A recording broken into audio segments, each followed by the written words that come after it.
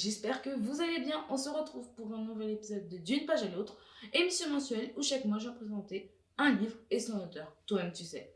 Aujourd'hui je viens présenter Agoul Ganfal et le rocher de la gourmandise, écrit et illustré par Alex Godard. Let's go.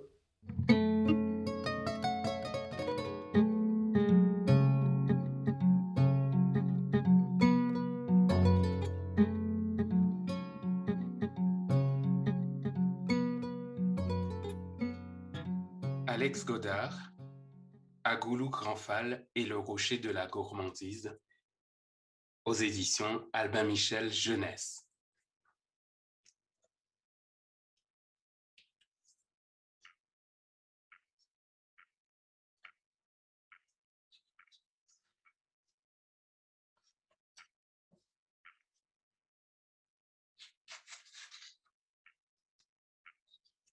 Cric, crac, yé misty cric, yé misty crac.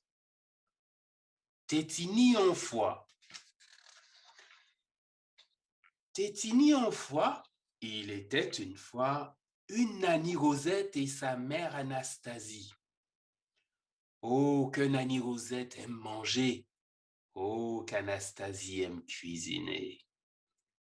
Un jour, des amis sont invités et maman Anastasie prépare un festin. Tout est là, prêt, fumant, appétissant, attendant les convives. Nanny Rosette ne peut patienter. Elle s'empare en douce d'une énorme calebasse qu'elle remplit de riz, de haricots rouges, de haricots verts, de viande, de poisson et de laitue. Elle s'installe dehors, à l'abri des regards, pour manger tranquillement. À peine a-t-elle avalé la première bouchée qu'une fourmi passe à ses pieds. Une fourmi, s'étonne-t-elle. Que va-t-elle me demander? Un grain de riz?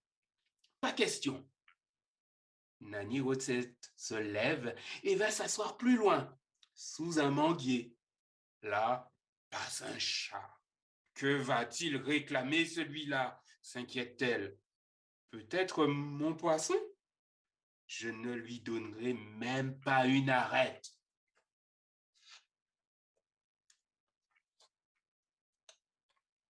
Nanny Rosette s'éloigne encore davantage de la maison. Elle se réfugie dans une bananeraie. Mais quelle déveine! Un chien!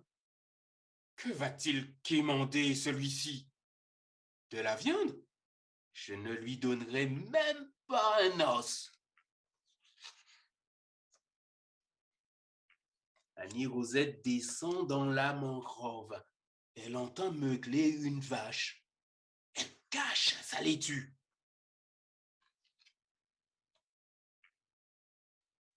Elle traverse 3 forêts. Une forêt de palétuviers, une forêt de campeche et une forêt de bambou. À la sortie de cette 3e forêt, une rivière à l'eau cristalline serpente.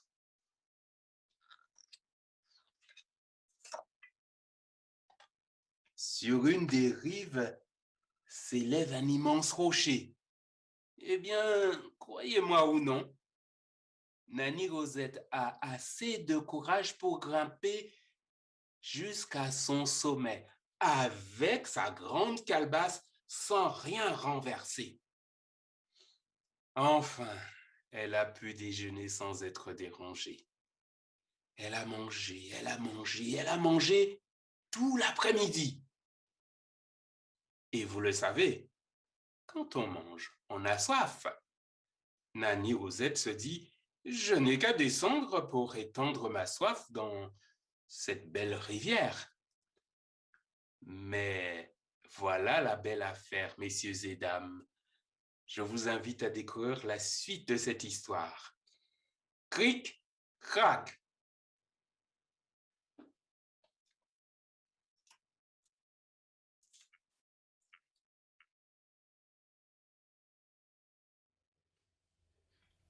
Après avoir lu le livre, plusieurs questions me viennent en tête. Déjà, est-ce que Agoul le Grand Phale est un animal ou une chimère? Ensuite, Vous seriez inspiré du Petit Chaperon Rouge pour écrire cette histoire, du coup?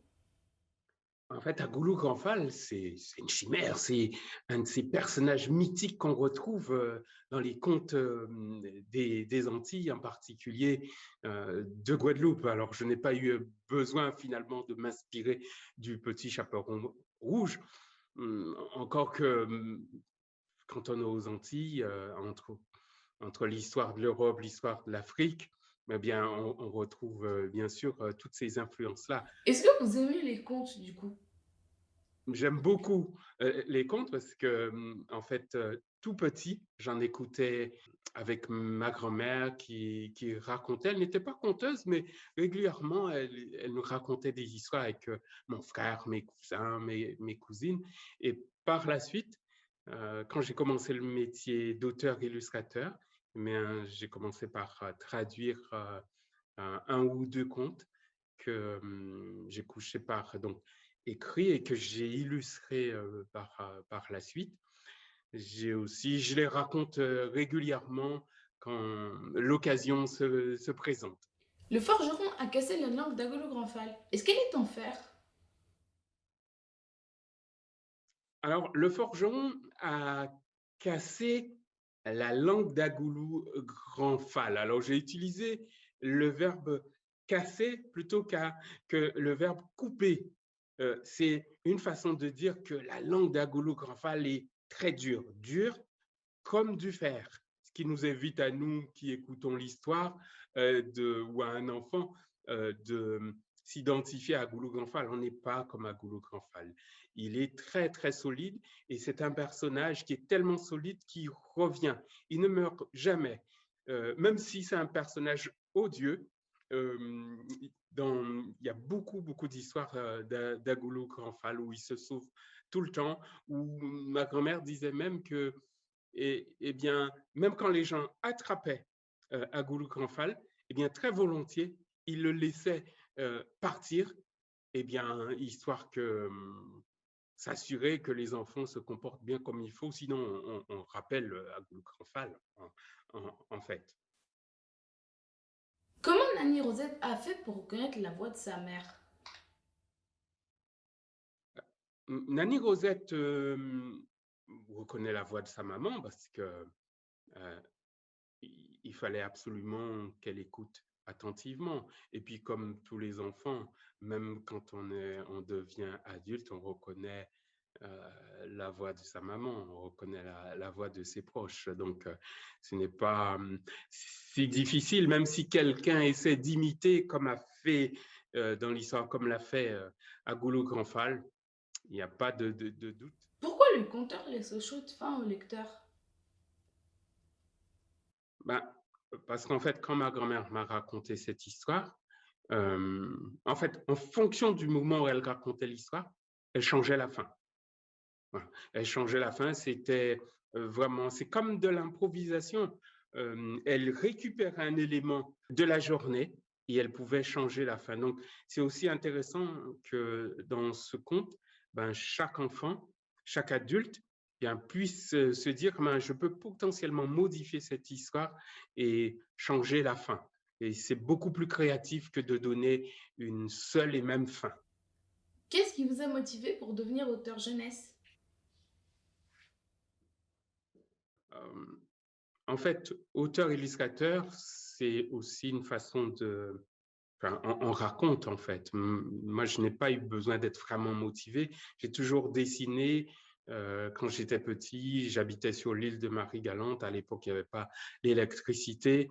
Euh, le soir, qu'est-ce que je faisais? La journée, même s'il y a la mer à côté, je passais beaucoup de temps tout simplement à dessiner. On n'avait pas forcément non plus de bibliothèque. Et donc, en fait, les gens qui vivent généralement sur une île, euh, à la fois, ils aiment leur île, mais ils passent beaucoup de temps à imaginer ce qui se passe de l'autre côté de l'horizon. Et moi, ce qui m'a donné envie de dessiner, d'écrire, c'est de m'imaginer ailleurs. Voilà. Quelle formation avez-vous faite pour devenir illustrateur? En fait, pour devenir illustrateur, bon, beaucoup, on n'est pas obligé de faire des études, mais ça fait gagner du temps, j'ai envie de dire. On fait des études de dessin, d'illustration, donc ça fait gagner du temps techniquement parlant, au moins. On, on a l'occasion d'apprendre comment raconter en images euh, un récit, parler d'un sentiment, faire ressortir un sentiment de joie, de tristesse, de peur. Et, et donc, j'ai fait un bac art plastique et après 3 années dans une école de dessin, d'illustration, de BD, dessin animé. Vous avez un style graphique très réaliste. Comment avez-vous développé vos techniques d'illustrateur? Alors, le fait de dessiner un petit peu de façon un peu réaliste, comme ce que vous voyez, en fait, je suis, comme le font beaucoup d'illustrateurs, je suis très documenté. Quand je dois dessiner des lamantins, si je peux aller voir des lamantins, c'est ce que j'ai fait d'ailleurs, je vais voir des lamantins, je passe le temps qu'il le faut pour les dessiner et aussi les photographier. Et donc, je procède de la même manière. Et quand je dessine des personnages, je fais poser des enfants, des adultes de la même manière. Je crois que ce cas, c'est aussi d'être documenté, pas pour être l'esclave des photos ou des choses comme ça, hein. C'est s'approcher au plus près pour connaître suffisamment l'objet ou le personnage à dessiner pour se sentir libre après d'interpréter. Avez-vous des conseils à donner à ceux et celles qui veulent devenir illustrateurs? Ben, si on veut être illustrateur, c'est beaucoup. Il faut, c'est comme pour tous les métiers en fait. Il n'y a pas de secret. On veut être illustrateur, on veut il faut dessiner. Il faut dessiner tous les jours et ne pas s'arrêter sur seulement des choses qu'on aime bien. Et j'ai presque envie de dire qu'il faut euh, s'habituer à dessiner tout et n'importe quoi. C'est en fait s'entraîner. C'est comme un athlète qui veut courir le marathon. Il est tenu de euh, chaque semaine, chaque jour, de s'entraîner. Donc, il faut travailler son dessin sous différents aspects. Merci Alice Godard d'avoir répondu à mes questions. C'est la fin de cette émission. N'hésitez pas à liker, à vous abonner et à partager. Sur ce, moi je vous dis, restez connectés. Salut!